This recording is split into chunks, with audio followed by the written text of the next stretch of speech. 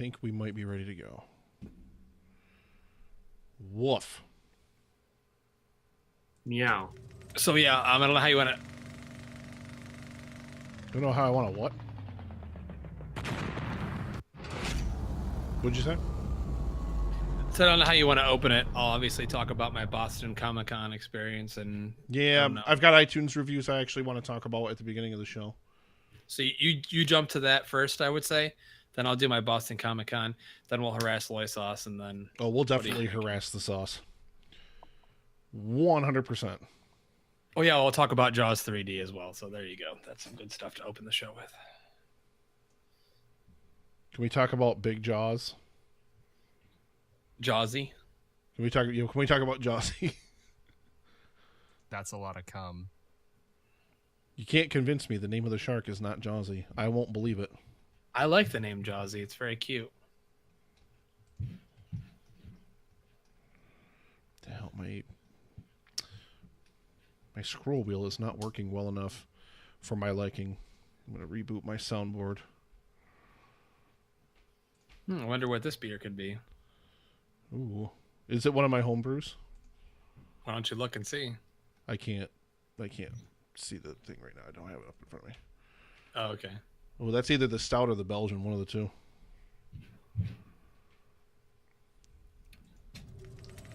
Judging from the head, because the Belgian usually doesn't have much of a head on it, I'm going to guess that's the stout. You are tearing me apart, Lisa! My girlfriend sucked 37 dicks. In a row? In a row? No, go past this. Past this part. In fact, never play this again. Tell me something, my friend. Am I the only one around here who gives a shit about the rules? Ladies and gentlemen. Your complete attention, if you please. The Epic Film Guys Podcast.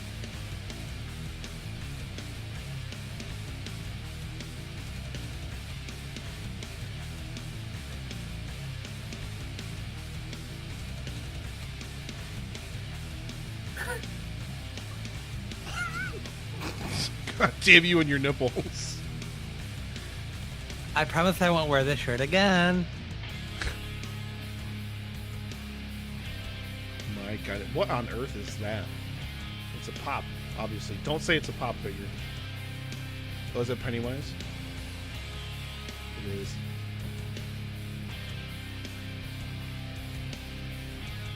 What? Why do you want the air on now? It's 71 out here.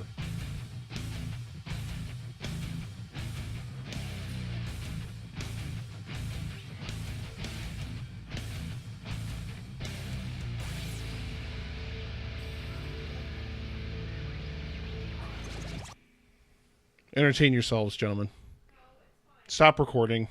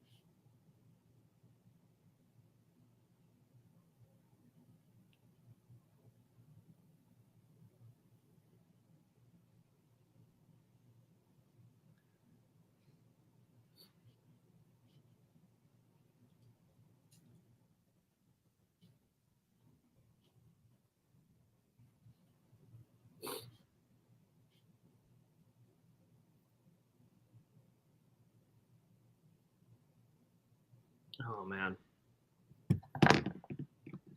What?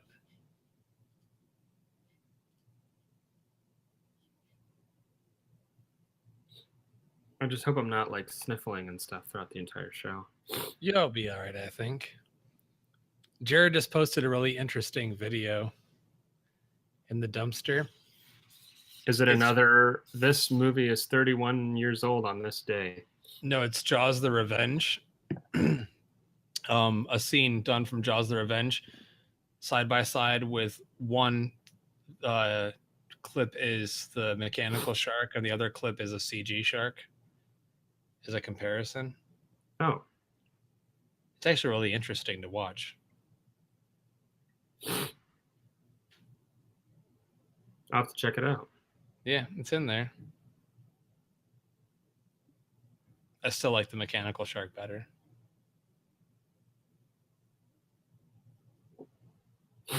Is this CG that just like someone did? Yeah, someone. The CG is actually not bad either. It's actually pretty decent. I was about to say.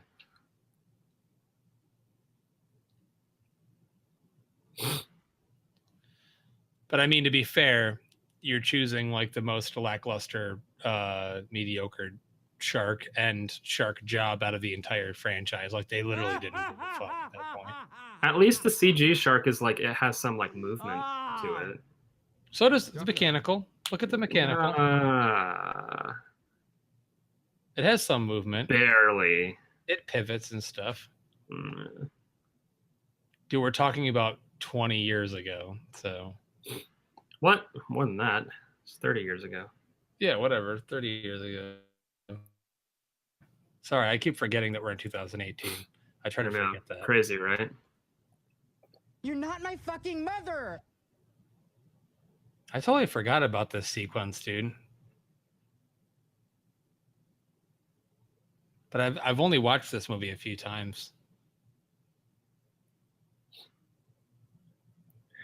I think I've only seen it the one time. I have it on DVD. I didn't buy the Blu-ray when they came out with the new Blu-rays because all the reviews said that the Blu-ray was the weakest for 4 out of all of them. So, well, no wonder.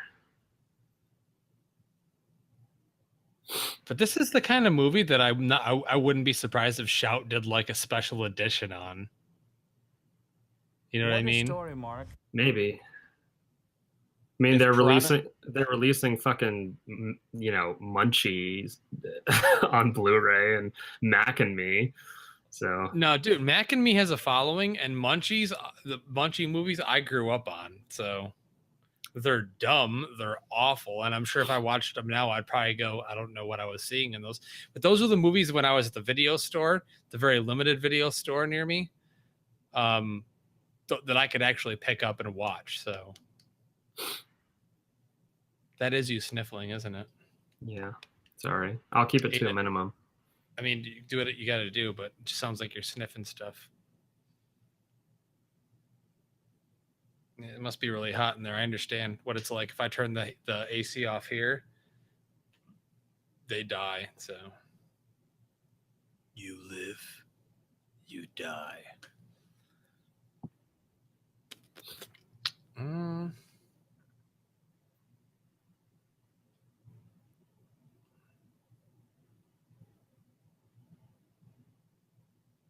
Oh yeah, that review's pretty good for Infinity War. I'll be interested to watch it. I really like to watch the stuff like that when I can turn it up a little bit. So, like, I can't watch it like right now because even though our new neighbors downstairs, they must not care that much because they haven't complained once. So that's good. That is good. And our neighbors upstairs know that I'll just go up there and slaughter their kid if they complain. So, say what? I said the neighbors upstairs know that I'll just go up there and slaughter their kid. Like murder? Yeah, kill him. He did 2 minutes ago. He was just jumping right up and down, right in front, on top of me right now. Bang, bang, bang. You've heard him. You've been here and heard it.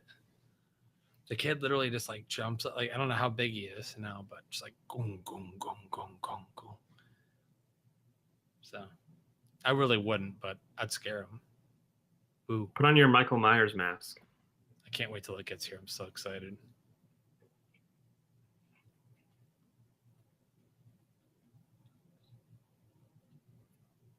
That reminds me. We should look into that background thing. Are you still going to be able to do that, or? Yeah. You say that hesitantly. No, I wasn't hesitantly. It was just, yeah, I was sighing at the same time. If you want, I can look into it. I don't know how you wanted to get it done. But now that you're doing it for Film Club again, do you want me there both nights in costume? I figured that'd make sense, but Yes, of course. I'm trying to see if I can also purchase the new mask, but we'll see. For like the opening of the new one. How much is it? $60. Oh, okay. But I'm going to Monster Mania this weekend. I think I might go back and get those NECA figures. Dude, I'm not big into like figure collecting or toy collecting or anything, but like I saw them there. They were like $30 each. I'm like, well, that's dude, they have the Nightmare one, and I don't have the Nightmare one. And it's a great figure. And the only reason I've held off is because I already have the Dream Warriors figure, and the sculpts are very different. It sucks. I'm like, oh god damn it, like because I already have all the Jasons. yeah. So I really do want that figure because they used to have that. It was you could when I found it the first time, it was $100. Oh, really? It was done. They had made it in years, and they redid a new what they call ultimate version. They added more accessories with it, and then they can mass produce it again. But they're beautiful. Actually, it's funny because Mr. Frosted Flake messaged me the other day. I was like, "Joe, did you know they have the figures? Like, oh, these are pretty cool at Target." And I'm like, "Yeah, I already have all those. But thanks for trying to pretend to be a cool friend, but you're not. You're not at all. No, seriously. Like, I can't even. I'm not. I'm done." If we're at a thing, he's there. Cool. If he wants to invite us out to like a lunch or something, maybe cool. But even last time, like it was like sketchy. Like, oh, I thought it was going to be like different. And then we show up and there's this other guy that they're already eating and whatever they were doing. I don't know, man.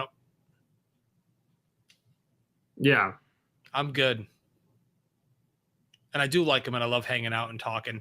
And I feel like the times I enjoy the most are when it's just us with him drinking a couple beers and talking about movies and stuff. But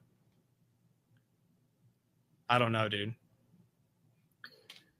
Yeah, he never said anything to your text. So that to me. Well, and he's messaged me on Instagram since then. So. Oh, what'd he say? He was asking if I was going to get some anime movie at the Draft House. Oh, so he's trying to switch gears into a different discussion to kind of get you to forget what that was. Yeah. That's what he's doing.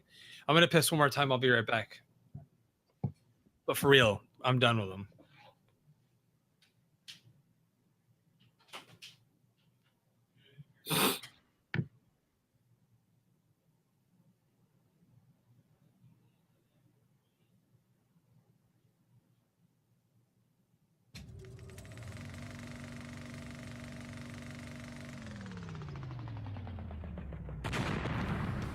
You are tearing me apart, Lisa! My girlfriend sucked 37 dicks. In a row? Hey, buddy, you gonna eat that sausage? No, go past this. Past this part. In fact, never play this again. Tell me something, my friend. Am I the only one around here who gives a shit about the role? Ladies and gentlemen! Your complete attention, if you please. The Epic Film Guys Podcast.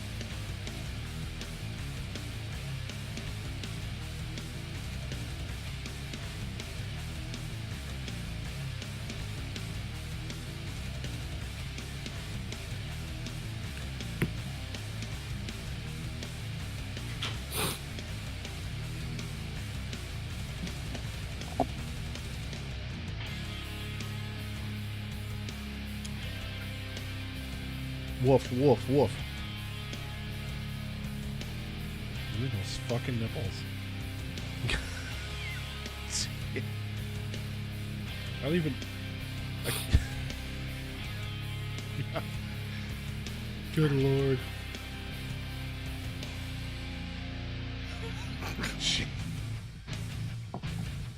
Oh my god. Gentlemen, get your audacities up and ready.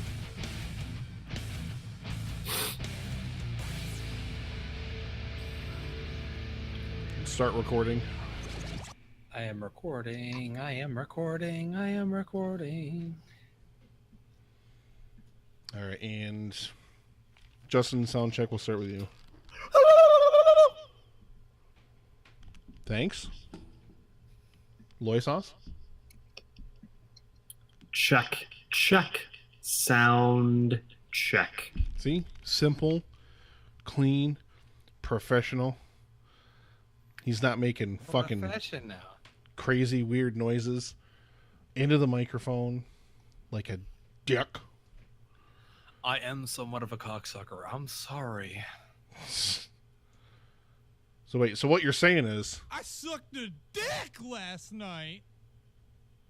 Not last night. No, I slept all night. I was going to go watch They Live and then record with you afterward, but no, I slept. All right, ladies and gentlemen. We'll roll in 5, 4, 3, 2. Good morning, ladies and gentlemen, and welcome to another brand new episode of the Epic Film Guys podcast. Ladies and gentlemen, we are here to celebrate big, prehistoric motherfucking fish. And I'm Nick. And I'm Justin. And we are joined once again, ladies and gentlemen, by the self-proclaimed god of podcasting. That's right. What's up, Saucy, Mr. Soxy? What it is, what it do. How are you, sir? I'm fine. Thank you, Justin. How are you?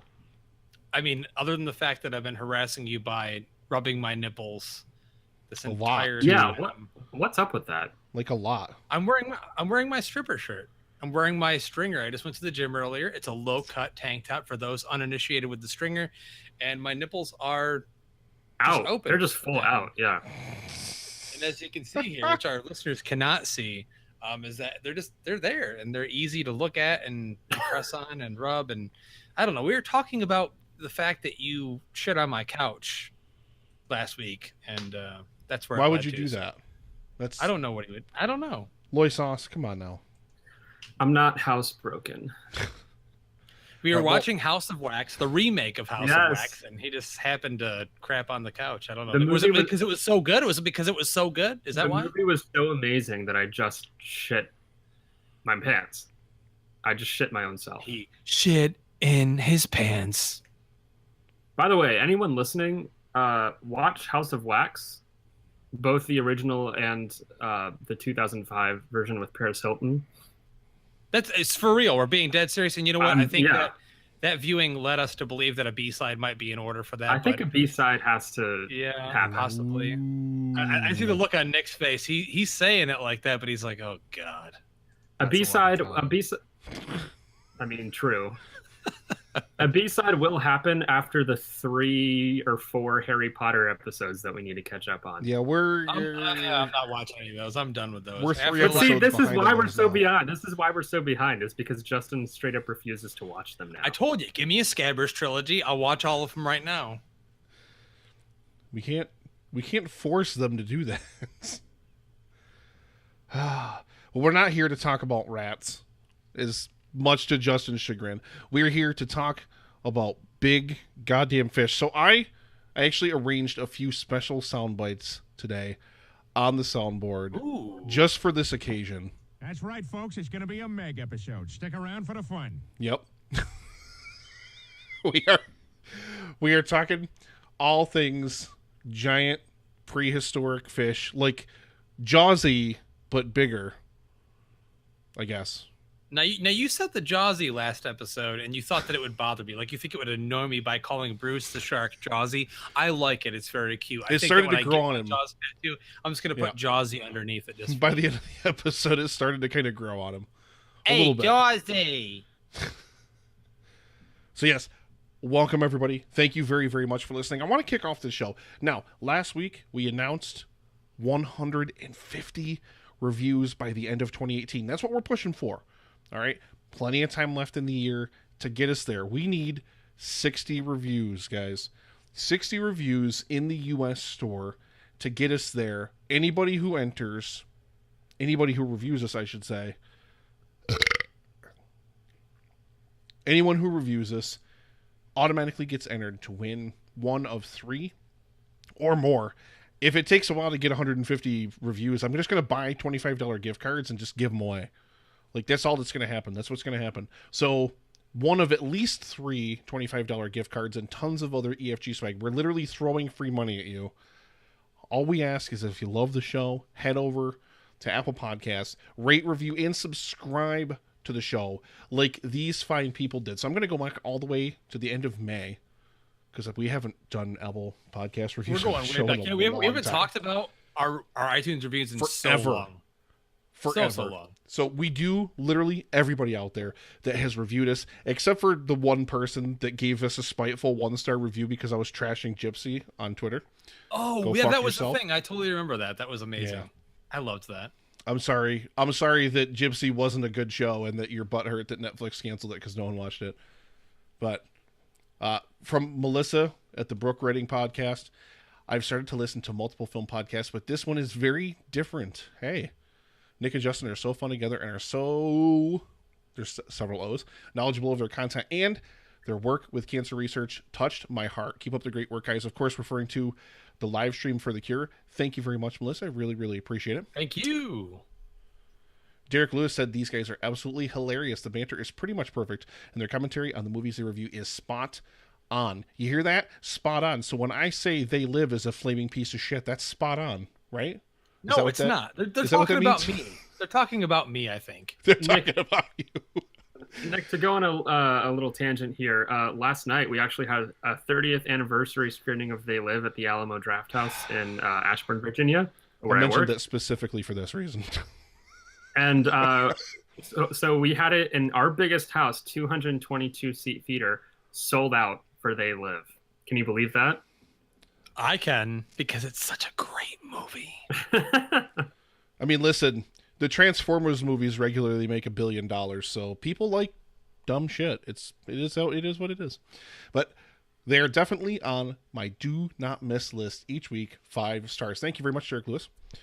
For the Miles and Crawford Variety Hour, Miles was on the show a few weeks back when we did that whole huge Batman episode because Justin wasn't here, so it was like, we got to talk about Batman.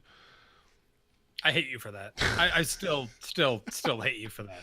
Epic Film Guys are a very dedicated podcast. They don't just review and go on and on about the same stuff that you have already heard. In fact, you can actually call the reviews epic. What a great listen, and definitely know what films to see because of them. Great job. Thank you very, very much. I'm assuming that's from Miles. From Drinks with Larry, most movie podcasts talk in general about movies, and I lose interest quickly, but not with this show. They both know specific details for each film, actor backgrounds that are relevant to the discussion, and they both mesh well with their discussions. Great show. Subscribe for sure. Thank you very much, Larry. From Jabba's Toy Dungeon. Now, Justin, this is from our very newest patron of the show, Brandon Frederick. My boy! Which we never even got a chance to talk about the amazing stuff that he sent us. Yeah, we did. We didn't talk about what he sent us. We just mentioned that he did send us stuff. Or did we not want to talk about that live on the show? We don't really have to, I guess. But we love you so much. Like, I'm looking at my stuff. I've got some of it like over here. He sent us literally a huge care package of just a whole ton of really, really fun stuff. And he said he's going to send us even more stuff, Justin. So yeah, that's right. It's really, really great. Because he fucking rules. He's awesome. Yeah, absolutely amazing. We love you. Now, we're not saying that everybody has to send us free stuff, but we encourage it.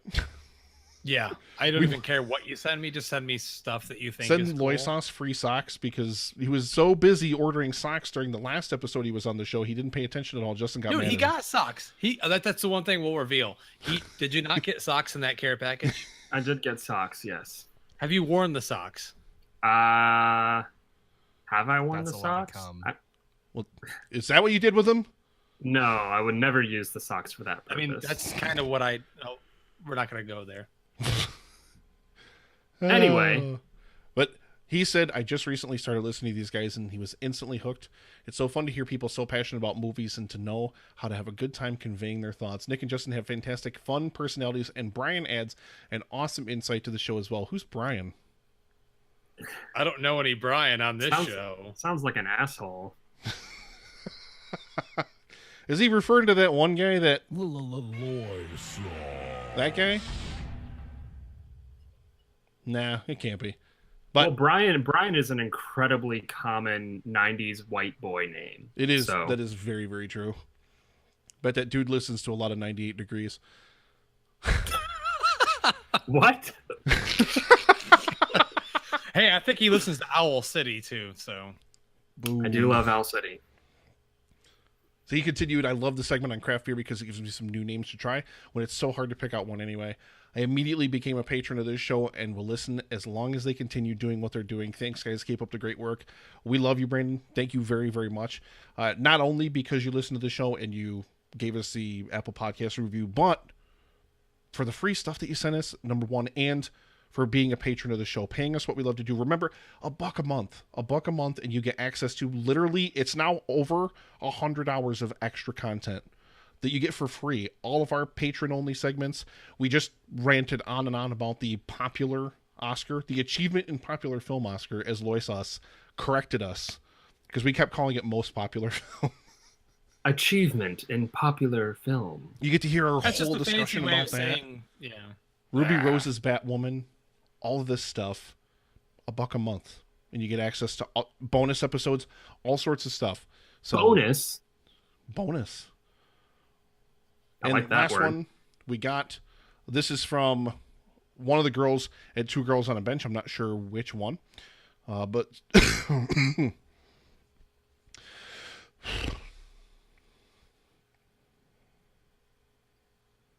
beer messes with me sometimes. I don't know why. Okay. This podcast uses humor. Okay. Let me roll back into that. This one comes from one of the girls at Two Girls on a Bench who are finalists for the podcast awards. I voted for them. The Epic Film Guy is not a finalist for the podcast awards, which I am super fucking miffed about. I mean, on principle, I ignored these things for years because you have to pay $10 in order to be registered for people to be able to nominate you in your category to be a finalist. So it's not even for like an award. You have to pay just to be on the ballot to be nominated for it. But we've been podcasting for over 3 years now. I was like, fuck it. Let's throw $10 at it. Whatever. We had the money sitting in the coffers thanks to our patrons. So I was like, screw it. Let's see what happens.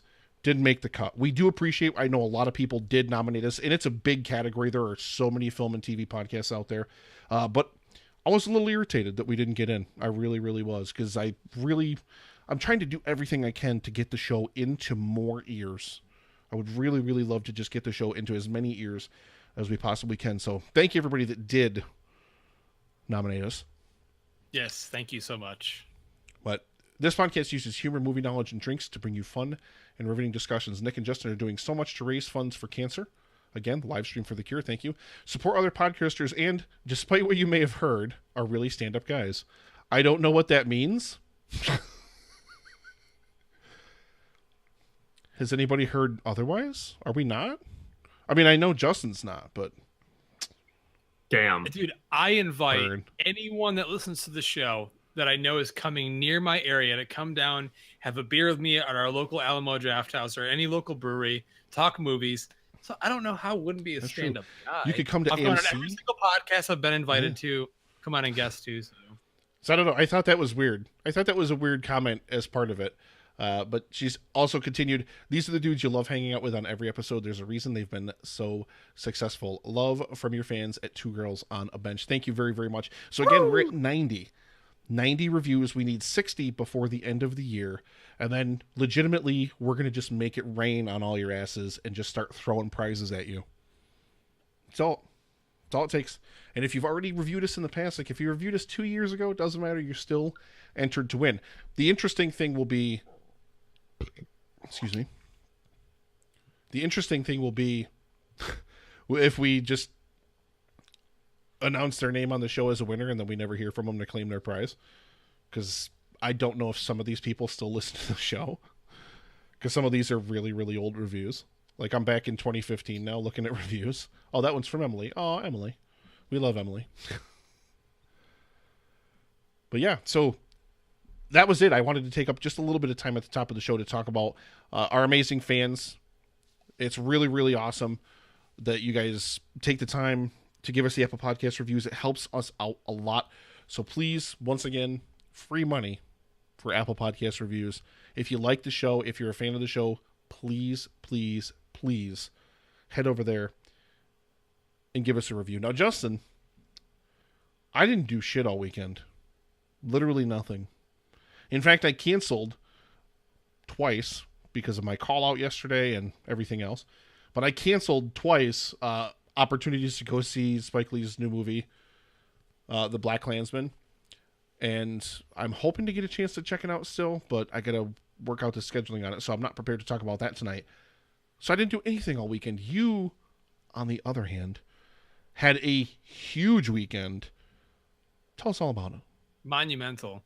Yeah, monumental. To start this off real quick, I just want to thank everyone that came out last Wednesday to Film Club at Alamo Drafthouse, DC area in Ashburn for Jaws 3 in 3D. It was a huge crowd. It was a blast. It was so much fun seeing it in 3D for the second time, and for having all of you there for my introduction. Just thank you for coming out for one of the schlockiest, funnest movies from the 80s ever made. But yes, I actually had an opportunity, as I have been a lot this year. It's been probably my luckiest year ever on meeting people that I look up to, that I loved as a child. And so my buddy Jeremy and my buddy Brady and I, we all went out to Boston Expo Comic-Con, and this was a drive straight there. I had no sleep all weekend, so I actually got punished for this. But Jeff Goldblum, meeting this man was probably one of the best experiences of my entire life. He's one of the warmest, loving, come boys, come on. Well, wait, so did Jeff Goldblum punish you?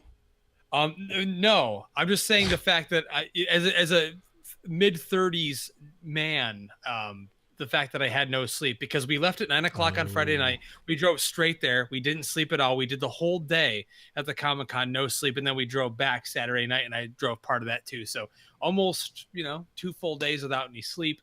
But we had a photo op with Jeff Goldblum, and he was amazing. So warm, so loving. When he was holding me, if you look at the picture, he was gripping me in tight. And when I know you guys listening to the show, you can't see my face right now, but when I shook his hand and I said, "Thank you, Jeff, so much. This means so much to me," he gave me the Jeff Goldblum. And it was like the best thing ever. I also had the opportunity to live my lifelong childhood dream of meeting not just one of the members of Back to the Future, which I've met a few of them already in the past, but I had an opportunity to meet Thomas F. Wilson, that played Biff Tannen, Leah Thompson, Christopher Lloyd, and of course, Michael J. Fox, Marty McFly himself. It was fantastic. It was just such a great moment. And I had jitters, man. I don't feel that much as an adult. I don't feel like nervous for anything. And I had my hand on Leah Thompson's shoulder and on Michael J. Fox's shoulder at the same time. And it was such a warm feeling to be there with them, and knowing that it's a once in a lifetime chance, considering Fox does not do many events. Everything, Nick, that he did, all of the proceeds from the money he made went to his Parkinson's Research Institute. That's awesome.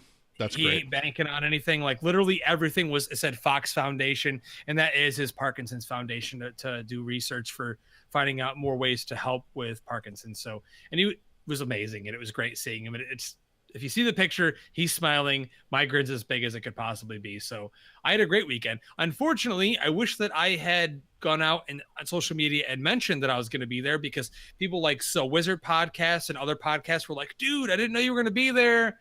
Would have met up with Joey you." And the guys were blah, there, blah, yep. blah. Yeah, and some other podcasts and some other people were there, but it was fucking packed. I hate conventions that big, but for something like this so special, I had to do it. Real quick, while I'm doing housekeeping, I'm just going to keep going, Nick, so don't mind me, but those fans listening. Do it, man. The Sauce and I will be at another event on Friday, August 24th. Camp Blood Part 4. Yeah, baby. At the Mahoning Drive-In Theater in Lehighton, Pennsylvania. We've talked about this drive-in many times on the show. We will be there in person. We're going to be doing a video there. I know that the Hopesters' biggest fan, Patrick Sherwood, is meeting us there. So come on out and say hi if you're going to be at Camp Blood. This is the place to be for old movies on 35 millimeter and to feel that nostalgic feeling. This is a theater that's been in operation since 1948. You got to be there. So if you've heard of it, if you're close, come check us out and meet us at Camp Blood Part 4. Just going to be giving away free handies.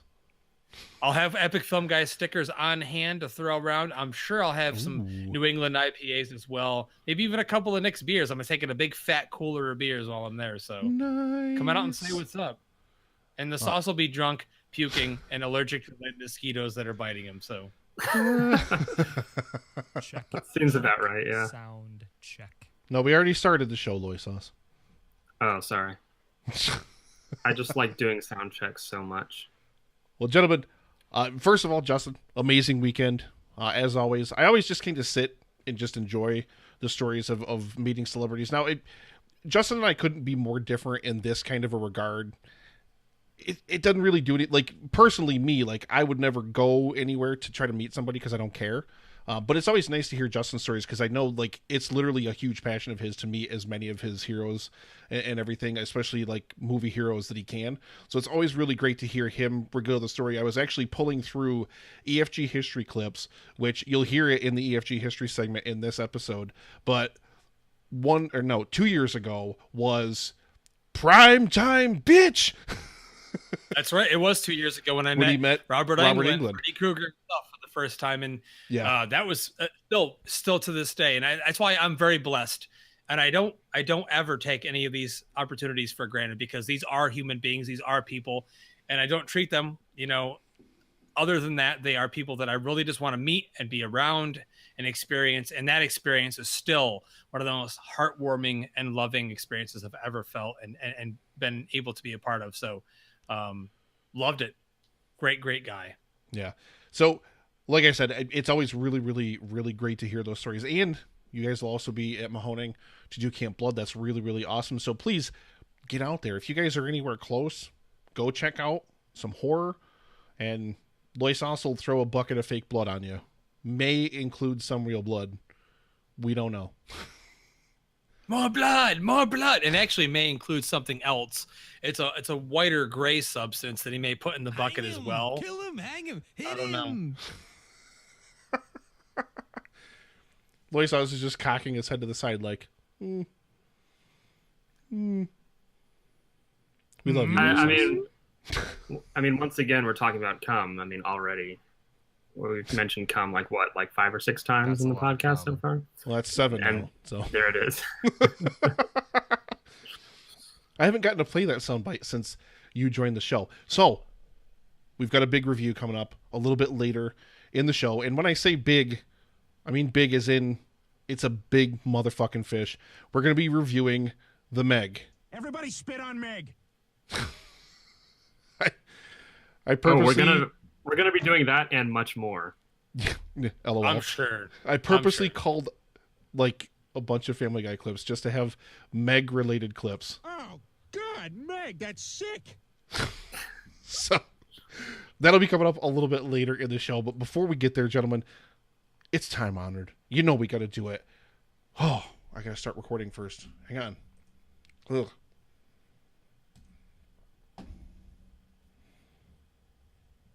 There we go. Okay. But before we get there, it's time honored. You know we've got to do it. Gentlemen, it's time to find out, what are you drinking? I'm back.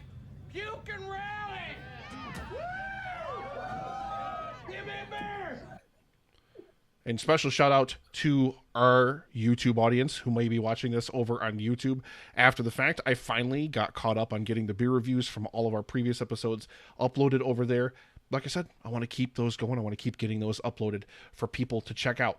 I want to kick this over, Justin, before we get to you, to the god of podcasting, because we know he's got to have something special, right? Something special that he's swimming into his sphincter or something. I don't know. His sphincter sucker. There we go. Loy sauce toss the salad is what I'm saying.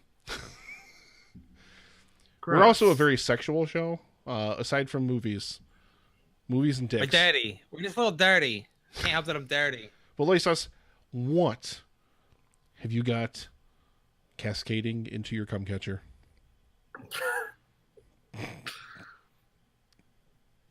Nothing. He's going to be drinking allergy medicine in a little bit here. I'll He tell you did that mention right earlier now. that he was a little. He done got bitten by a mosquito. So you guys do your segment, and I will listen and clap. Hooray! All right, well, He did drink beer the other night when he was here for House of Wax. He does drink beer, but for some reason, when he knows he's going to come on the show, his mom has IPAs in the fridge and he refuses to drink them. So I'm just going to make that public. He refuses to drink them. I just don't care for really hoppy IPAs. I'm sorry. ooh, I'll be talking So about a really for you happy guys, IPA Yeah, he does coming not up very suffer. soon. Remember that. But before we get there, Justin, I'm going to swing it over to you. What have you got pounding into your pooper sucker? That's a good one. I like that one. This is a beer that you sent me home with the last time I saw you. As you can see, very nice here in this epic film glass. Epic film glaze. And this epic film glass, which are available for purchase, mind you. This is the Hopester's chocolate milk. Ooh. So, and you had the Hopester's chocolate milk when you were here, because I cracked open some of it while you were here, because I had, I think, one growler left of it. And I know you enjoyed it then. Are you still finding it as enjoyable now? I think it's your best beer, dude. Yeah. I think it's your best beer. It's a solid, extremely solid stout. It's so smooth. It's delicious. It's got so many nuances in the flavors. It's not bland. And it also doesn't overflow when I open the bottle. So that's another thing, too. But I really do enjoy this beer a lot. And it doesn't I'd like taste to like try it. toast. He still has. I sent him home with a bit There's of it. more. There's more. There's more. This was the big bottle that you sent me home with. Ooh, yeah. Well, speaking of big bottles, wait, I'll let you properly pitch it to me, because I know that means a lot to you. I just wanted to ask you, what do you have guzzling down your gullet this evening? You know, I managed to get the epic film frog icon up in time for you to do that spaz out sound, so that was great. But What do you got? What is it? So- what is it? I started off the show. This is a beer that I've had many, many times in the past. I know. Oh, tapped it against my laptop. I know you've had it as well. I know you love it. It's Cortland's Industrial IPA. Still a staple. Still fantastic. I love it. You know it. But right now, I am getting close to the end of a glass of this bad boy. Stone's 22nd anniversary double IPA. Animatter is what they called it. The No Haze double IPA. Stone, always willing to buck the trends, especially New England's have caught on. New England's are so huge. And their biggest trademark is that they're super hazy beers. And Stone prides themselves on not having hazy beers. So definitely not hazy at all. Not even close. So this is a fantastic beer. I mean, Joe knows. Isn't Joe Justin- the Hopester's first name? Bo knows. Oh my god. But so this guy is fantastic. Like I said, it's got a nice, just light citrus nose on it. Nothing too overpowering. And then you just get a nice floral hop. Nice floral kind of flavor carries all the way through. And Stone has always been one of the best, and Stone continues to be one of the best at this type of beer. It's definitely a very hoppy beer. It's got very, very prominent hops all the way through from the top to the bottom. So Loy Sauce would not like this beer. But No, he would not. But I love guarantee it. you that he would like this one though. I think he would. Have like you tried this the one. Belgian yet? I have not. No, I'm but I've still super got it. excited for you to try It's the Belgian. on deck, because man. It's on deck. I got plenty of beers. The Belgian is in there. also a beer that I'm very, very proud of. We'll be getting to that one there shortly. Probably will be there available at Camp Blood Part 4. Maybe I'll have one for you if you're out there listening. So come on out. Maybe you'll get to have one of Nick's beers. Yeah. If you get a hold of me while I'm there. I'll be the guy that's rubbing his nipples like this. Good God in heaven. But ladies and gentlemen, we've got so much show to pack in for you. But YouTube audience, once again, thank you very, very much for watching. Go ahead down below, hit that subscribe button and smash that little bell icon so that way you're notified every single time we upload a new video. I'm going to try to get more regular uploading these. They're actually really pretty easy to turn around and get online.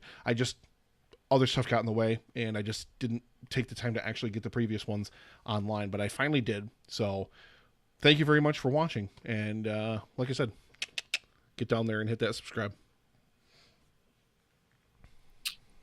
All right. And gentlemen, is it time to talk about the Meg? It is, but I have to go pee first. Can I go pee? No. Nick, shut the fuck up. What? Wow. That's so rude, Dan. It's a ghost. It's a very rude ghost. A very, very rude ghost. Shut up, Meg. But ladies and gentlemen, Justin's going to take a pee. He already ran away. But we are going to take a quick break here for some EFG history. EFG history coming up on its 1 year anniversary. So almost 1 year I've been doing EFG history for, which is an anniversary I've really been looking forward to because I've been pulling clips from 3 different episodes for a while now. And I'm done with that finally. And I only have to basically go back and listen to last year's episode at this time now to pull clips going forward. So it's really, really nice. But yeah, please enjoy some EFG history, and then we'll be back to talk about the Meg. Yeah.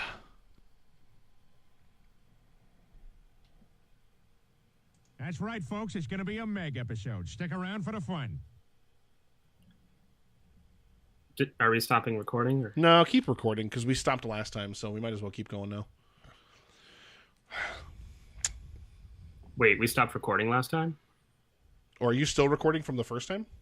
Yeah. Oops. Yeah, we better stop then. I'm sorry. No, that's fine. I don't want to have too long of raw tracks is all because you're. So did you want me to stop recording? Yep, stop record. Yeah, your software might decide to start fucking spazzing out or something. That's happened before. Yeah, so we don't want to risk that. All right, I apologize. No, it's fine.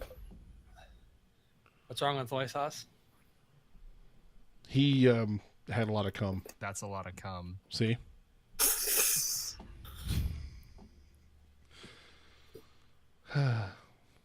Every time Loy Sauce is on the show, I feel like he questions why he comes on the show. He I definitely always does. turn his I'm words sure he against does. him. I know that he does, but he has fun.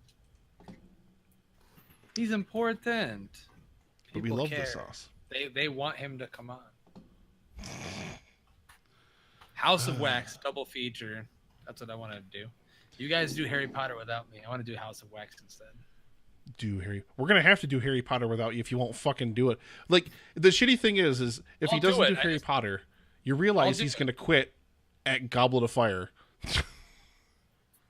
Which I'm gonna do it. I'm gonna do it. The other night, see, Danielle wants to watch them with me. She wants to watch them, and she was trying to start. She had work to do. She had stuff to edit, and I was already watching Predator 2. Crickets. There have been a couple other instances though where I've brought it up to you, and you're like, Danielle doesn't want to watch that. I don't want to watch One other instance. When you have a significant other, and you have other responsibilities other than work, then let me know, and see what you think. But like, how many other movies that haven't been Harry Potter have you watched since? A lot, because so I'm watching them by myself. So we have this is what we're looking at, and I have like literally Ada's gone this weekend. So if you guys can, you guys, I don't know if you'll be around this weekend, but if we can at all swing something this weekend, maybe. I'll be gone Saturday, Sunday, but or Sunday morning or afternoon for me. Evening is tougher. yeah, I'll be gone all Sunday. But God, I fucking hate you. So I mean, we're looking at if we can release 4 and 5 this month, 6 in September, so Half-Blood Prince, Deathly Hallows 1 and 2 in October, and then before we see Fantastic Beasts 2, we release Fantastic Beasts 1 in November. That's what I'm thinking. Fantastic Beasts 1 is a very short episode, I feel like. I know you haven't seen it yet, Nick. I could go on Brian's rants on Fantastic Beasts. So. Okay, well there you go. Well, again, this is you, Brian. This is your you two. This is your thing. I gotta make him up his own rant sound. Dude, that would be a great thing to do. Make up Brian's rants. That would be Loy sauce rants. Yeah. No, for real. Not true. We'll do it. I feel like, Brian, the best thing to do if you want to watch it is not on the weekend. Is to wait because we're doing.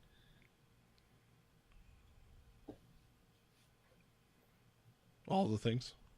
Okay, so like I'm gonna be gone Thursday and Friday at the beach, and then Wednesday, of course, is film club. I forgot what you're playing. Cowboy Bebop. Oh yeah, I won't go for that. You should. I would go for that shit. I'd go for that before I'd go see They Fucking Live.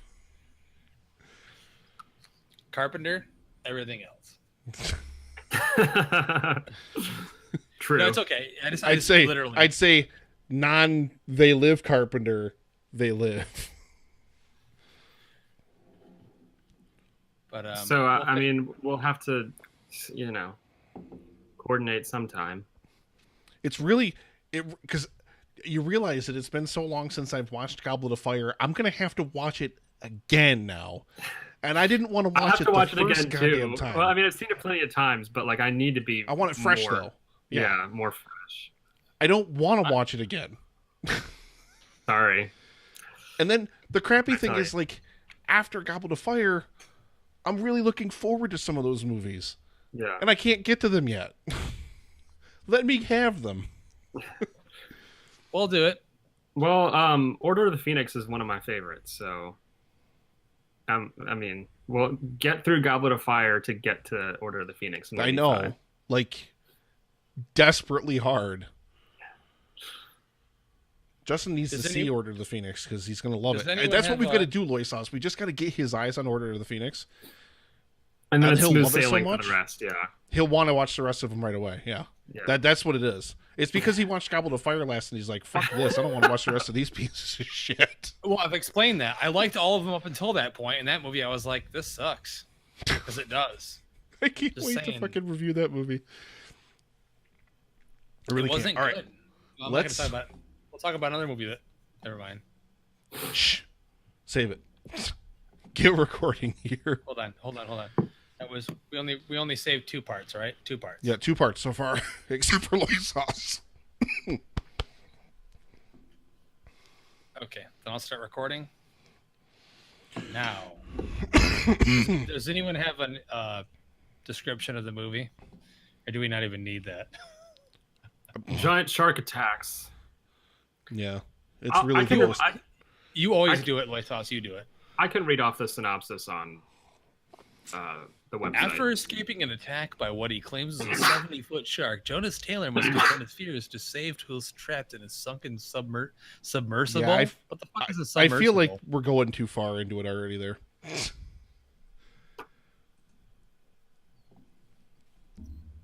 All right. So we're all recording, yes? We'll start sound checks with Justin. Check 112 1112. Saucy. Check sound check. Yeah, Belch, free of charge. Thank you. Justin, you haven't had a stone beer in a while, have you? Dude, I haven't had one. Not since you went out to the brewery, right? Nope. I had one at Alamo a few weeks ago. I don't know which one. It was an Enjoy By. I don't remember which date it was. Probably Labor Day, because they do it to coincide with holidays, so it's probably Enjoy By Labor Day. Yeah, no, it wasn't that long ago. I haven't seen. No, seriously, I haven't bought beer. I haven't bought beer since my trip. I've got all your beer. I've got that. I know, because I sent you home with so much fucking beer. I just bottled my birthday beer tonight. Uncarbed, it tastes okay. I'm interested to see what it does in the bottle. It's not really probably my best IPA, but I'm really interested to see what the one that I brewed after that one turns out like. That one I think is going to be a little bit better, and that one I'm aiming for a more New England kind of bent, and really hoping for something. So we'll see. All out of the beers that I gave you? Oh yeah. Yeah. Even though I drink like one, like I will just drink one of those. Like whenever you give me beer like that, I won't drink more than one of them in a night. But yeah, no, I drank all those. It's delicious fucking beer, man. Especially that last one you gave me. That last one you gave me was fucking incredible. Was it this one? That was the guy, yep. This was my last one. I drank it while we were doing the paper. Yeah, that beer was fucking fantastic. Yeah, dude, there was like tons of people online for that one. But we'll get started once Loithoth is done sneezing or whatever he's doing. He think he's blowing his nose. And then hijinks ensue? I think so. Y'all good? Yeah, my allergies are just really... Make sure to mention that you got to experience your first Dolby experience with this. Okay. What? Ooh. Don't say it like that. It was cool. I just wish it were for a different film. All right. That's my cue to count us in 5, 4, 3, 2. That's right, folks. It's going to be a Meg episode. Stick around for the fun. I have a feeling, just a feeling, that unfortunately this is not going to be a whole lot of fun because we're going to review the Meg. And for those uninitiated, Saucy, why don't you tell our listeners what the Meg is? So the Meg is a movie about a giant shark. Well, technically it's not a shark. It's a Megalodon, a prehistoric ancestor of the shark. But basically there's this deep sea expedition team that sets out to explore a trench that they believe underneath has all sorts of undiscovered creatures, underwater creatures. So they take a deep sea dive in a submarine, which actually gets trapped at the very bottom of the ocean, where they come across giant squids and, of course, the titular Meg. And so Jason Statham has to go rescue the team. And, of course, bringing back the team also means they've awakened and unleashed the giant shark, the giant Megalodon. So Jason Statham basically is a badass, I guess. I mean, he's Jason Statham. He's playing Jason Statham. And yeah, I guess the shark kind of swims around a lot, doesn't really eat a whole lot of people, which is what we were all hoping and expecting for when we saw the great trailer. It seemed like it was going to be very tongue-in-cheek and very self-aware. And what we got was... I'm biting my fucking tongue. What we got right now. What we got. First of all, I'm embarrassed that we didn't hear the phrase hijinks ensue once during that synopsis. You know, that would have been... But see, hijinks don't really ensue. They don't. They don't ensue. No hijinks happen. What happens is, this fucking movie, we get the amazing trailer that looks like it's going to be completely tongue-in-cheek, deep blue sea-ish kinds of over-the-top.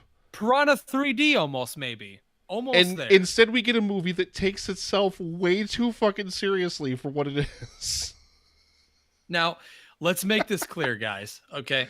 Since the premiere of this movie, the director, who I'm going to attempt to say his name, John Turteltaub, okay, and Jason Statham have come out on record in interviews and stated their disdain and the fact that they were upset that the film could not be R-rated. Now, a lot of the stuff that they did in the film, they shot two ways. They shot the way you saw the film, if you did see the film, which is PG-13, and they also shot it more bloody, more gory, more vicious, which the studio opted against. The original film that was in place had Eli Roth at the helm, was going to have an R rating.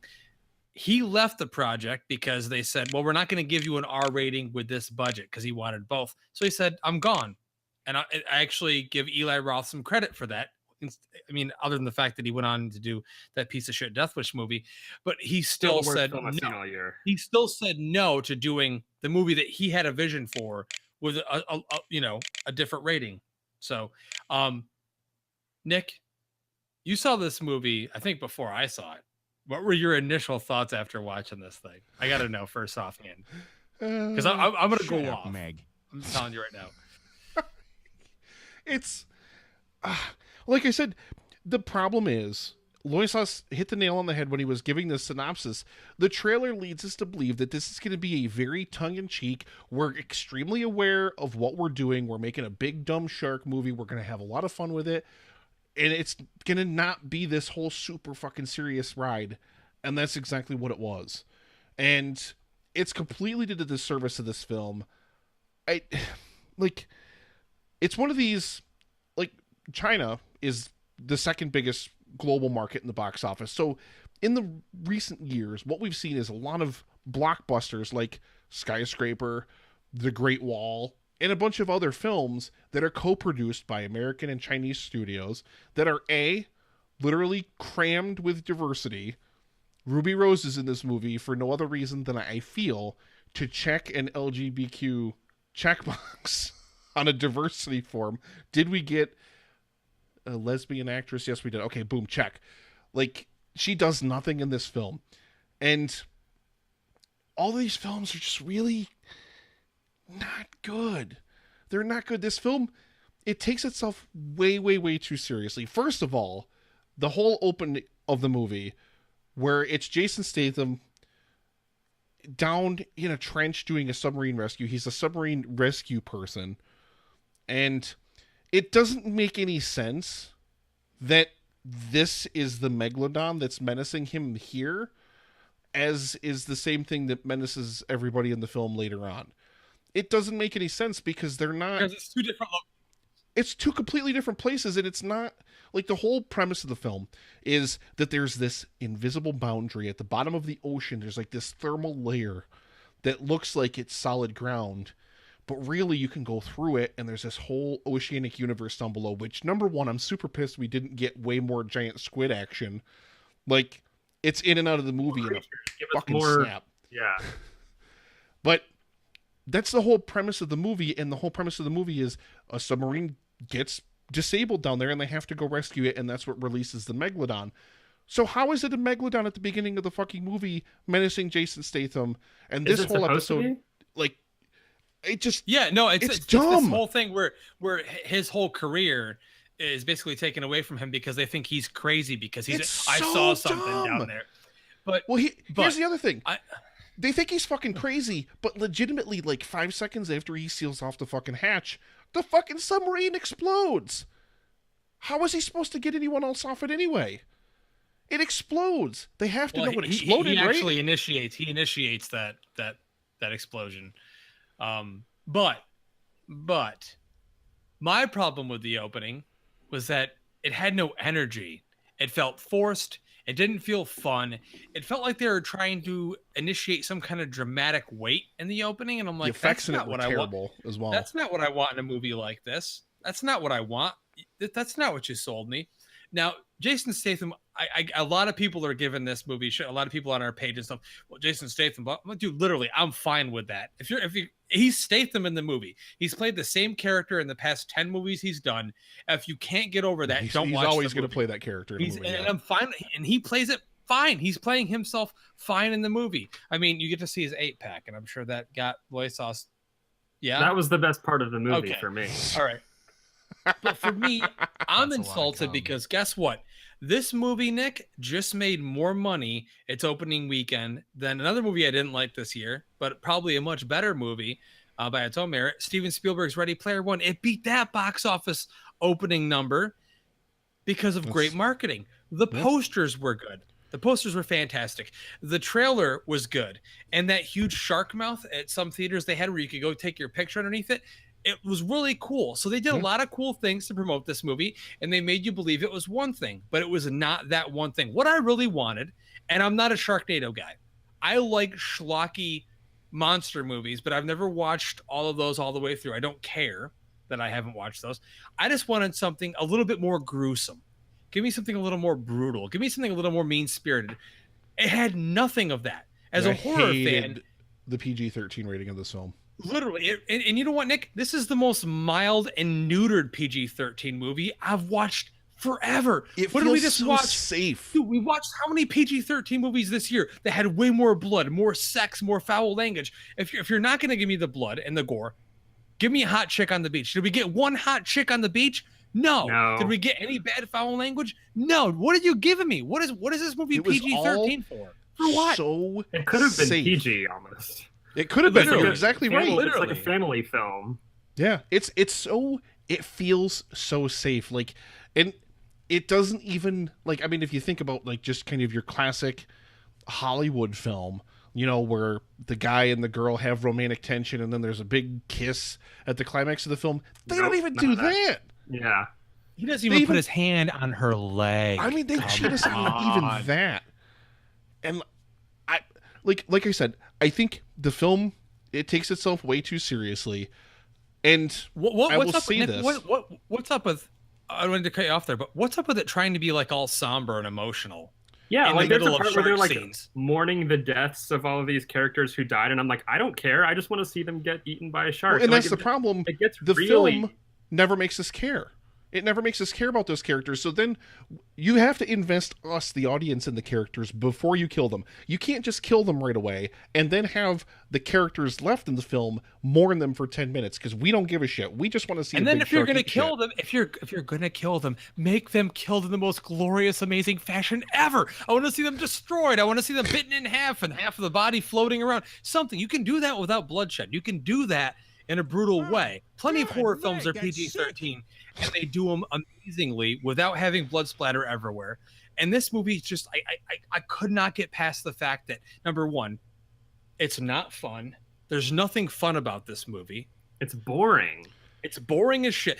I'll give it this much. It has a couple of good action sequences, but for me as a fan of all these genres, and I'm not expecting Jaws. A lot of fans are like saying, well, you're expecting Jaws. No, I'm not. I've seen enough monster movies. I've seen enough shark movies. I was expecting what the trailer sold to me, and what the trailer sold to me was a bigger shark version of like Deep Blue Sea, which is very self-aware. And that's why Deep Blue Sea is enjoyable, because it knows exactly what kind of movie it is. Fucking Citizen Kane next to this. But I love Deep Blue. I do love Deep Blue Sea, because it's a great shark movie. It's a great fun shark movie. It's mean spirited. We get great kills in it, and it's got great quips and great jokes, and fun is to be had. In this, there's literally none. There's no fun. There's nothing enjoyable. So I want to pitch this over to Loisos in just a second here, but I love Rainn Wilson like nobody's business, but I feel like whoever wrote the script for this piece of shit was like, I really like Dwight Schrute in The Office. Can we get Dwight Schrute from The Office? Not just Rainn Wilson, but like they wanted an even more cartoony version of Dwight Schrute to play the CEO. But see, if that's the case, they would have written funny Dwight Schrute dialogue. That's very true. Rainn Wilson. And the funny thing is like when you talk about this film taking itself too seriously, he's kind of, at least at first, the one character who feels like he's a little bit self-aware. Like he makes like these weird quips as almost as if he's like talking to the audience. He's like, yeah, or like whatever, like really weird moments, but he chews so much fucking scenery in this movie. Well, that's Rainn Wilson trying to desperately wring out anything from this just dry ass bland screenplay. I mean, they don't give him anything really all that funny to say, and then like eventually he just becomes like generic, you know, evil businessman. 100%, yes. And it's just none of the characters have any weight to them or any reason for you to latch onto them or anything. Just nothing. Like Justin said, this is a barren wasteland of a movie, and it's ironic considering how much water is in it, but it's just dry. Like, you think about it too, like the submarine that gets stuck down below the thermal zone or whatever is piloted by the wife of Jason Statham's character, or the ex-wife. Which didn't have anything to do with anything. Exactly. You don't even learn about it. That was just literally thought of at the last minute. You don't even learn about it until like 2 minutes set, before it happens in the movie. They were on the set, and they said, let's just make it the ex-wife. Let's make it the ex-wife. That's it. And then Last when minute. she opens the hatch, when they get down there to rescue her, he just has some like little like wry smile and a quick little quip or whatever. And she's like, I told you. He's like, I told you I wasn't crazy. Like, She is a very attractive blonde woman, though. No, She she is. most certainly is. And again, Nick, going back to what you said earlier, we're jumping all over the place, but whatever. With this movie, I don't really care. Okay. Ruby Rose is there for a reason, and she's there for me to look at her with her weird, twisty, gelled up fake dreadlock hair and with her beautiful eyes, with her tattoos all over her neck and stuff. And for me, going, okay, I'm looking at a supermodel. But as my wife Danielle said, and very rightly so, it's just a supermodel basically in the middle of a bunch of other regular people. And like you said earlier, there are shots that pan to her for just reaction shot, and she's they just cut going, to her because she's Ruby Rose.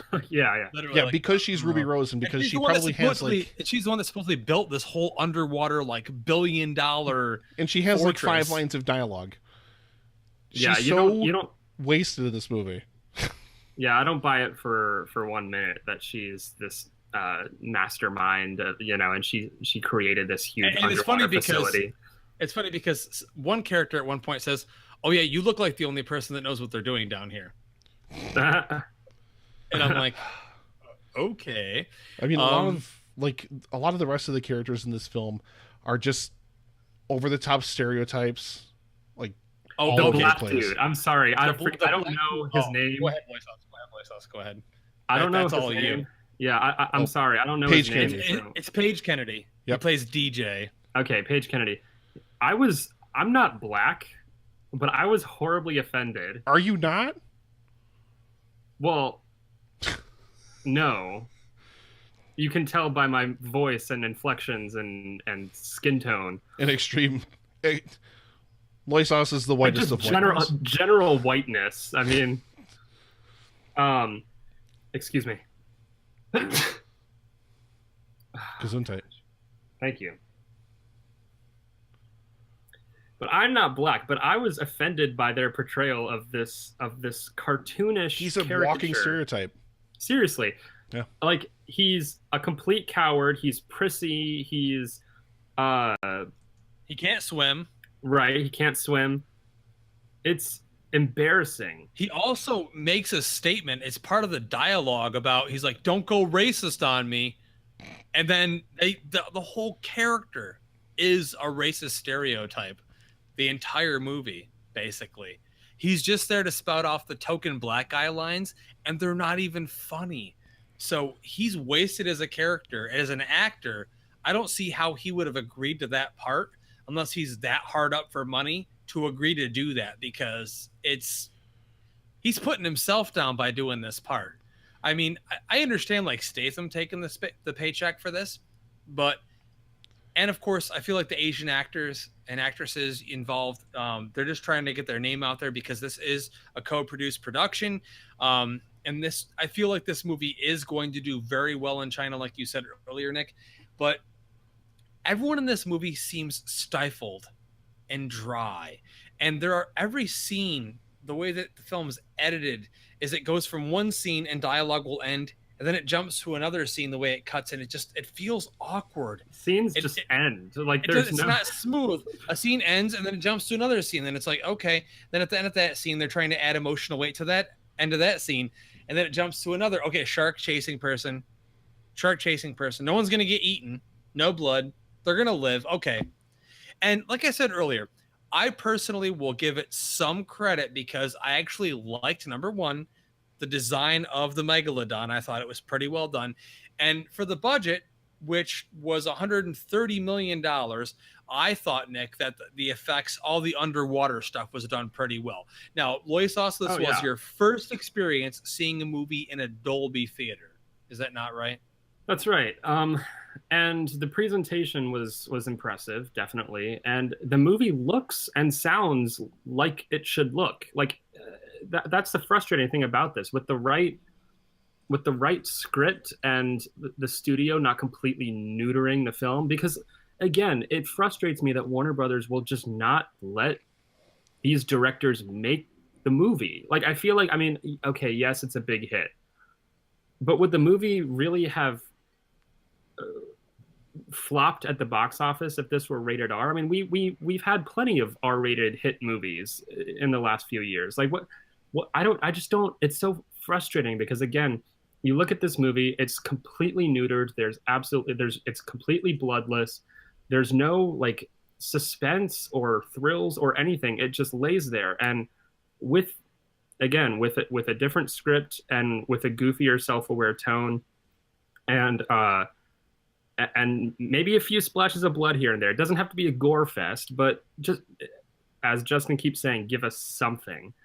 More blood, more something, dude. I want some balls to this movie. It feels like a studio executive made this movie. That's what it felt like to me, because they're literally, they take no chances at all. It's the safest version of what a killer shark movie could be. This is, I'll open up this scene. This is one of my most frustrating scenes in the entire movie. You finally get to a beach where there's hundreds of people, maybe 1,000, over 1,000 people on a beach in inner tubes, and they're swimming, having a great it's time. crystal clear. It's, there's music blasting and we hear bass booming and everything, and I'm like, this is it. And I kept waiting. I said, okay, this movie can redeem itself for me. I'm gonna see the shark open its mouth and just swallow a bunch of these people and crush it, and a little That's what I was waiting for. and I'll go, okay, I could be cool with that. Guess what? It never fucking happens. You see the shark swimming underneath hundreds of people. And again, call me sexist, but I didn't even get to see any hot girls in bikinis. Nothing. You gave me zero. Zero. So it is frustrating when the movie it is as well produced as it is, and the effects are as good as it is, that we don't get even like frivolous B-movie entertainment out of it. It's a wet blanket. It lies there. It has way too many scenes that just dwell on endless dialogue. It's kind of like you said, like the one scene. It's so boring. It takes so long for it to get going, and long. It's a long movie too. It's like almost 2 hours. This could have been easily like an 80-minute,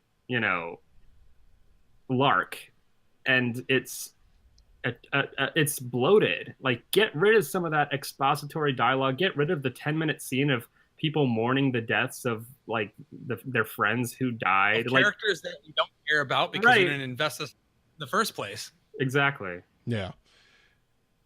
It just goes over like literally over and over and over again, drawn out scene after drawn out scene. And then the scenes with the Megalodon, and I don't disagree, Justin, I think that the shark was very, very well designed, but it doesn't fucking do anything at all. It swims literally around the whole time.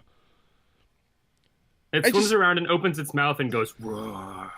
Okay, I'm going to take us back to June, and I'm going to say this much, to a movie that Nick did not like nearly as much, if at all, compared to what I felt about it. Jurassic World Fallen Kingdom, it gave us monsters, and it gave us monsters the way that we want to see monsters. They're brutal, they're vicious, they'll eat you, they eat you in a cool way, and they give the audience what they're looking for, what they paid their money for the admission of their ticket for. This movie does not do that. It gives me a cool-looking monster that does nothing. It swims around. This is the first movie where we've actually got a big budget, and you've shown us an animal that actually lived on this planet. Megalodons were a real thing, much like dinosaurs were. I've actually stood next to, the jaws, the fossils of a jaws of a megalodon. It's a very interesting subject for me because there were sharks that were that big that lived. And this is what you give me? That's a lot of cum. Like, they didn't give us the goods. They didn't even attempt to do that. And I understand that. And I'm going to keep saying his name wrong, but that's fine because he's a fucked up name. John Turteltaub, the director of Three Ninjas. Three Ninjas. And Cool Runnings. Cool Runnings. One of the National Treasures movies. Both Phenomenon. National Treasure movies. The Sorcerer's Apprentice. Like, come on, dude. Like, this guy knows how to make a fun movie. It's apparent. He didn't do it. And I don't feel like it's his fault. And I'm not blaming him. I'm not blaming Statham at all. I'm blaming you, Warner Brothers. The ball's in your court, man. I'm blaming Warner Brothers and also the hack screenplay. I mean, again, this movie didn't need to be anything. Like, it didn't need to be challenging or complex or even smart. But again, take a look at Deep Blue Sea. Like that's a movie that delivers on what it promises. And I mean, I would have invited for this movie to rip off Jaws a little bit more. I mean, come on. We've got minor homages, very minor, but there's literally no suspense to this thing at all. Like the shark, the first time you see the shark, it just kind of swims over the it just like kind of swims by the window of the submarine, and it's like, oh, like there's just so little build up to what happens. There are a couple cool action scenes. There is one action scene where they're trying to get a tracker on the Megalodon that I thought was actually well orchestrated for the most part. And I thought that the way that the shark met its demise at the end was pretty subversive and different. You expect in all of these shark movies for the shark to explode, and they didn't do that. They went a different route. I thought it was interesting. But for the most part, I mean, I would have been okay with this movie ripping off, you know, some of its predecessors, because like, you know, like Jaws or like a Deep Blue Sea, give us something, as Justin keeps saying. I'm going to put Nick on the spot here, and I'm going to make him in an uncomfortable position. Was the Shallows a better movie than The Meg? Just yes or no. That's all I want to hear from you. Was The Shallows a better, more effective shark movie than The Meg? That's like comparing just two yes or really no. rancid Yes or no. piles Yes or of no. shit. Yes or no. I mean, the only, and I'll say the only thing that's better about The Shallows is that the cinematography is way better. But is the shark stuff's good? There's suspense. The kills are good. There's brutal stuff happening. There's it gives us the goods. That's my point. The two worst things about this movie are the fact that it's not an R rating, as we've already discussed, and it just takes itself too seriously. This movie does not let you as an audience member have any fun. And when all of your marketing, literally all of it, is designed to give you that kind of vibe that you're going to go see a dumb big shark movie, and it is a really, really dumb big shark movie, make no mistake, but it sells you on this idea that you're going to go see this Deep Blue Sea-ish, tongue-in-cheek, just over-the-top, hilarious, dumb piece of shit shark movie. Even the music choice, like Somewhere Beyond the Sea, like it, it's funny, and you're like, okay, I'm in for this. And again, the movie like hints at it a couple times. The biggest like fuck you to me was ending the movie on a title card that reads Finn. And like in a schlockier, goofier movie, that would have been a really funny way to end the movie. But with this, it was that wasn't this movie. Exactly. Yeah. The problem because this movie wasn't fun. It wasn't goofy. It took itself it has tonal problems. Yeah, way too seriously, and that's the problem with it, because it doesn't sell the dramatic weight of those scenes. It doesn't let us invest ourselves in those characters or anything like that. If it wants to be just a dumb tongue-in-cheek piece of shit, it needed to be an R-rated, gory schlockfest. Like, this big-ass shark is biting people, even though it's big enough to swallow people whole. It's still biting people, blood spurting out and spraying. They could have had blood hit the camera, and like it's dripping down the camera. I could have had some nudity. I could have had some those chicks on the beach, half nude, sunbathing with their tops off. Yeah. Legit, like that's the movie as a fan I go back to that I'm too. looking for. And when you talk about that, and I thought that was, I think, some of the film's best photography, at least, was the beach sequence toward the end of the movie in the final act. Very colorful, yeah. It's very, very colorful. I think it's really well done, but then the problem is the shark just doesn't fucking do anything. You're at a literal buffet. And what did they put? A fucking cassette tape or like an iPhone underwater that plays fucking whale sounds that attracts it away? There's literally like 500 people in the fucking water. All it has to do is just swim up and just open its mouth and go raw and eat like so. There was a really funny. I did laugh a lot at the guy in the giant like hamster ball, like the floating hamster ball. That was when the shark bit down on the inflatable ball and like popped it. But like that would have been that would have been a moment to have like just an explosion of blood come out. Yeah, dude, literally. Yeah, that's what this movie needed to be. It needed to be that movie where You're watching people in those giant fucking Zorby balls or whatever the hell they're called, where they're running around in the water and fucking blood explosions everywhere and all sorts of weird shit. There's a lot of funny-ish kind of things in that beach sequence when they're on the platforms and stuff like that. I thought that was kind of cute too. But like all that is so tonally different from the first 2 acts of this film that it feels like it's part of another movie. It feels like it's the climax of a different movie. They didn't know what they wanted to make, or I feel like maybe they were restricted. Maybe they started off making the movie they thought they were going to make, and while dailies were coming in, the studio kept pressuring them. And to go back, you mentioned a number of times, but both Turtle Tom and Statham have both come forward, and were displeased with the final product of this film. There was a different The Meg that isn't what they were hoping the movie was going to be. Right. Both of them have come out publicly and said that. And I guess I just wish people were more informed. And I wish people were knew that going into it, because I guess general audiences might enjoy this movie. I mean, I guess as just like summer entertainment, but we deserved a better movie, and I don't think people realize that. Like, we almost got that, and I don't know. I'm just kind of floored by how well this movie is doing, because I get it. Like, people want to see something different. People want to see something fun in summertime, especially in the dog days of summer. Like, what's out in August? Literally nothing. So I get why this movie is successful, but I wish it wasn't, because we're probably going to get a sequel, and it'll probably be lackluster and boring too. We'll see. Who knows? Maybe they'll get someone in. Maybe they'll be able to do something. We're definitely going to get a sequel to this based on the amount of fucking money this thing's making. I mean, so it's already made its money back now. So, and it's only in its first week so far. So, but for me, I'm done with this. I'm done. I watched it. I was insulted by it. Stamp it. I hated this movie. The passion. As soon as the movie was done, I looked over to my wife Danielle and Deloisos, and I said, I hated it. I fucking hated it. And I said those exact words. I'm giving this movie a 2 out of 10 rating. 2 out of 10. The 2 is for the CGI work they did on the Megalodon. I thought was good. And I can't even give a point to Jason Statham, because he's just playing himself. He's fine in the movie. I have no problem with it. He's not bad. He has charisma, yeah. It's a Megalodon. Okay. Maybe I'll give a 1/4 percentile on one of the Get the fuck out points. of here. 2 out of 10. You already put it down.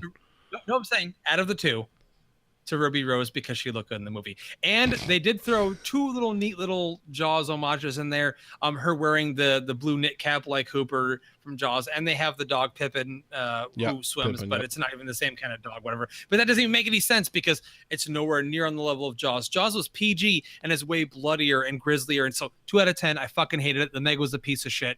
Don't watch it. It's a waste of your time. Go watch Deep Blue Sea or The Shallows or 47 Meters Down or any other. Don't watch The any Shallows other. Any other shark movie. Jaws 3, Jaws 4, anything, whatever. I'd rather watch this movie. I'd rather watch Ghost Shark.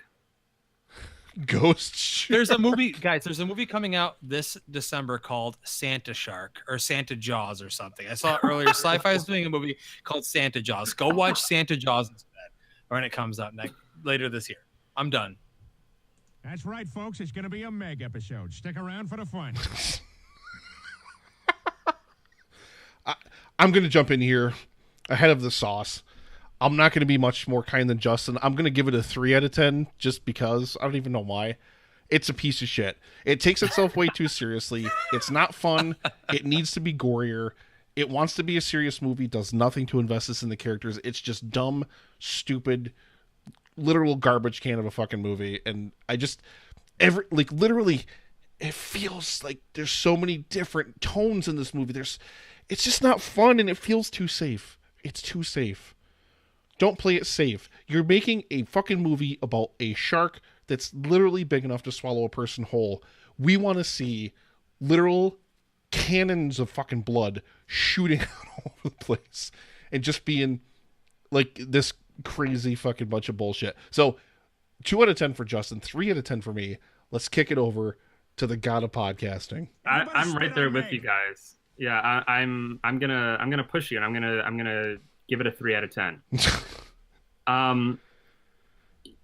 it's not. What a piece of shit. Seriously, it's not dumb or bad enough to be fun, and it's not smart or entertaining enough to be like an actual good movie. Like, it's just boring. Even if you weren't going to have like just geysers of blood spattering all over the place, like even if it wasn't a gore fest, an R-rated, bloody film with lots of boobs and stuff, at least make it suspenseful. And this movie has no suspense. The characters are awful. It has no bite. Oh, did I just do a thing? You just did a thing. It's just it's toothless. God, Meg, that's sick.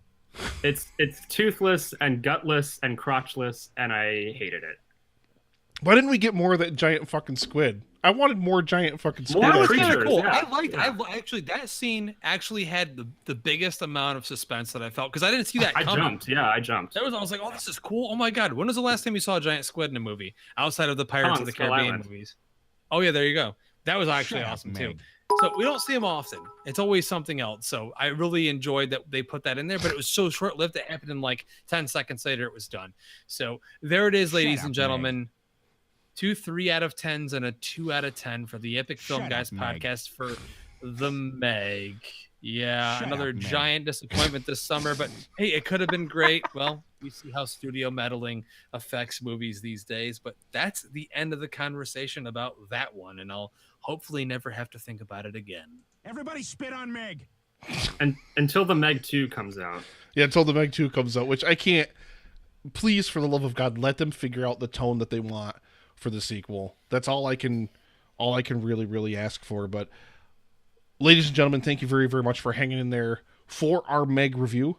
We're going to swing into a quick break here, and when we come back, things are going to happen. Who knows? Random things. Stuff. Loisos is going to talk about semen even more. That's a lot of cum. I said after the break. Shark jizz. Shark jizz. That's a thing. That's a thing. It exists. I'm going to end this out. I'm going to end this segment out one more time. Shut up, Meg. We'll be right back. Is shiz short for shark jizz? Shiz. Oh my god. All right. Fuck. What are we even gonna ramp out the show with? Make it quick. I say make it quick. Make I it don't a even think we shorter have episode. anything else. We don't. Loisos is sneezing over here. We could do epic previews for the Nutcracker and the Four Realms. No, we're not gonna do that. That film looks visually interesting. It looks visually interesting, but it looks like a total mess. And Nick, are you aware of the ballet at all? No. Okay. Anyway, the villain of the movie, played by Helen Mirren, is Mother Ginger, who is in no way like a villain at all in the ballet. She's just a character who comes out and dances, and they've made her a villain in this film for some reason. Why not make the villain the Rat King? Isn't that like the main villain of the Nutcracker ballet? Like, wouldn't that make sense? I don't know. I have no idea what. I mean, insensitive to rats, maybe. I think they just wanted to have a female actress play the villain, a notable female actress. Let's get Helen Mirren. You know. Everybody spit on Meg. Why was the Meg such a piece of shit? Oh my god. It's bad. It was aggressively stupid. Like, God.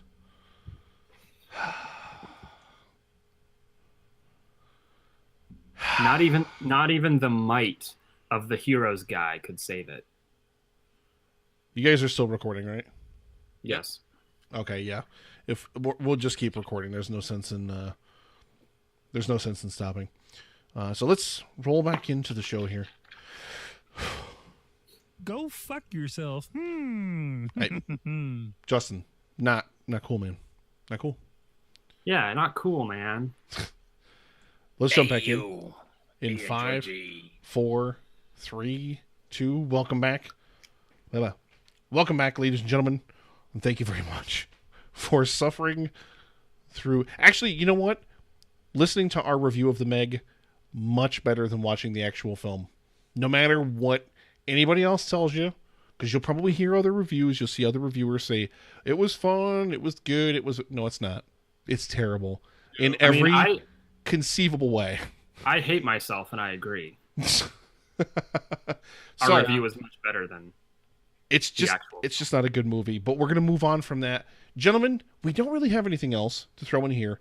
In the third segment of the show, I did want one more time to mention the Epic Quickies. I actually scripted out all of the questions that I'm going to do. I'm going to make up a this or that and a yay or nay question for each interviewee. That's going to be something I make up totally on the spot. It'll be completely different every time. But the other questions, I'm going to send them ahead of time, so that way they can know what the answers are, and we can fit this into a nice, neat 3-minute interview thing. I'm going to throw those together. They'll play during the shows, and then I'm going to cut together just like a master cut of a whole bunch of them, just to promote all of the other people in the podcast community, because there's a lot of really, really great people out there in the podcast community. So that is still coming. And again, we're at 90 right now. We need 60 more reviews in the U.S. store for Apple Podcasts. And we're just going to start throwing cash at you. $25 Visa gift cards, EFG swag up the yin yang, handies from Justin. You name it, you'll get it. Please stop doing that. Is he rubbing his fucking nipples again? God damn it. Yes. Son of a bitch. But gentlemen, like I said, we don't really have a whole lot to finish out the show here. Anything else you guys wanted to talk about tonight really quick before we say goodbye? No. Just remember, ladies and gentlemen. That's a lot of cum. I will. Thank you for listening. We love you all. We do. We especially love the sauce when he stops by to visit us, especially when he's not shopping for socks. We appreciate it. Well, I do take time out of my busy schedule shopping for socks to talk about awful movies with you guys. Jesus. And I did. I mean, to be fair, I'm happy, and I'm also sad at the same time, because I kind of forced you into seeing the Meg at the Dolby Cinema. So your first experience at one of the most impressive theaters around, you got to watch movie. You know what was worth the price of admission was the trailers. Godzilla King of the Monsters trailer in Dolby theater. That was pretty. I love watching that trailer on the big screen. Can we just talk about Godzilla for the rest of the movie, or for the rest of the show? I'd be okay with that. Why didn't listen? That's the perfect fucking third act, total twist. All of a sudden, Jason Statham and the Meg are going head to head, and all of a sudden, this big fucking claw just grabs the Meg out of the ocean, lifts it up out of the sea, and Godzilla just puts it in his fucking mouth and bites its head off, and then breathes atomic breath into the sky. The only thing that would have improved the Meg would have been if it were a stealth Godzilla King of the Monsters prequel. Right. Dude, how awesome would it have been if they had secretly made that movie in connection to the Godzilla expanded universe that they're doing right now? That would be amazing. Imagine if they're in the trench below the ocean and they find King Ghidorah. Dude. That'd be great. That would be amazing. But no, unfortunately, ladies and gentlemen, you heard that review. Ooh. That's done. No more talk about the Meg until the hopefully not happening sequel. But if it happens, well, we'll be seeing it, because that's what we do on the show. But remember, as we said earlier on in the show, Mr. Saucy Socks and me will be at Camp Blood Part 4 at Mahoning Drive-In Theater on Friday, August 24th. Yeah, the whole weekend we will be there for all those splatter films that we love so much. If you haven't checked it out, again, it's the Mahoning Drive-In Theater. There's a fantastic documentary about it that's not yet available to watch on VOD or anything, or on Amazon Prime, but it is located in Lehighton, Pennsylvania. So if you're close, if you're in a couple mile, if you're in a radius within a few hours, this is the place to go. It's extremely cheap. You'll take a time machine back to the old days, to the 80s, where movies were all shown on film and at drive-ins, and you had a blast with people that love the movies like yourself. So come on out for that. Make sure you don't miss it. Come say hi. My girlfriend sucked 37 dicks. In a row? Well, that's it, ladies and gentlemen. We certainly appreciate you listening. Thank you very, very, very much. As if this is your first time listening to the Epic Film Guys podcast. This is apparently my first time speaking, because those weren't even words, half of those. If this is your first time listening to the Epic Film Guys podcast, thank you. We hope you enjoyed the show. We don't usually shit on every movie. I mean, I shit on a lot of movies, but man, it's not often that the panel completely agrees and we just take a gigantic shit all over a film. But I guess it took a big shark to lay just a big fucking turd. So thank you everybody very, very much for listening. Find us literally everywhere on the web at Epic Film Guys, epicfilmguys.com. Literally any podcatcher under the sun. And one more time, Apple Podcasts, rate, review, subscribe to the show, and be entered to win one of several $25 gift cards or other EFG swag. It's that simple. Listen to your favorite show, rate, review, subscribe to your favorite show, and you get free stuff. You get free money. We can't make it any easier than that. Unless Justin shows up at your house in full lisp regalia and with the speech and everything, and just gives you a blowy right on your front porch. This is going to be a thing. From now, I'm wearing He's this rubbing his tank nipples top again. every episode just so I can rub my nipples, just so you guys can watch it. Our listeners can't see it, but, well, they can kind of visualize in their own heads. It's always more entertaining to think about what is instead of what you do see. So, oh, my God. So thank you, everybody, very, very much for listening. What's next week? I don't even know. Crazy Rich Asians, Alpha, and Mile 22.